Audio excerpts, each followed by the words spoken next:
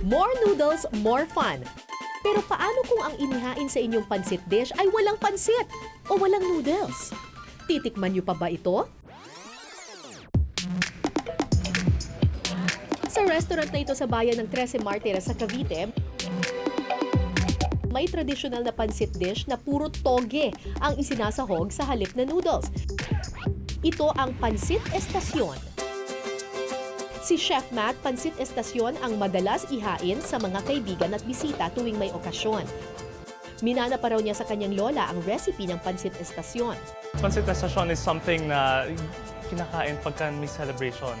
Always pag may celebration. Dahil sa it's simply our version of spaghetti, you know, it's our local delicacy. Kaya it's something that we really love, okay? And nagiging staple siya sa buong Tanza. So ang una natin gagawin is ilalagay po natin yung sauce dito sa kawali, which is ito yung sauce na talagang secret recipe that has been passed on to generations to generations.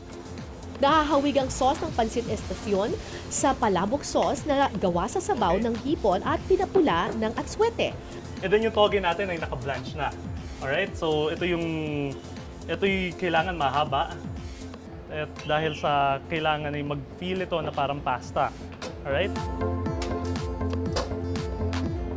Okay, so after nito, since sobrang medyo watery siya, so lalagyan natin ng secret ng Pansit Estacion, which is yung cropek.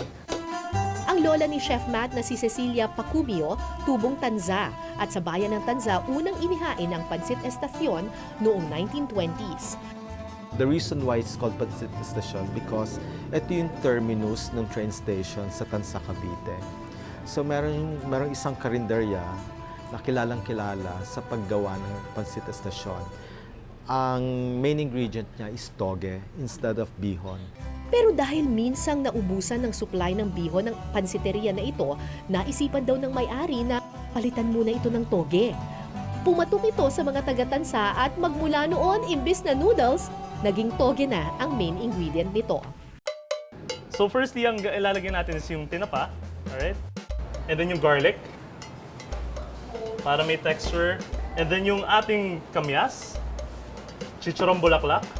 Ito yung aming version, kasi very known ang chicharong bulaklak sa buong Cavite. And then ang ating adobo, okay? Ito po yung aming traditional adobo. Okay, ito yung dark adobo na meron tayo. And then yung ating leeks, para may konting contrast kasi syempre, kailangan iba't iba ang kulay. Yung ating egg.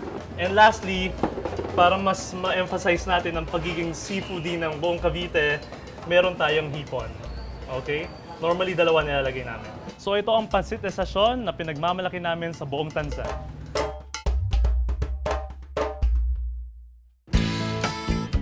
Luto na pansit pero wala pala siyang halong pansit kundi toge lang.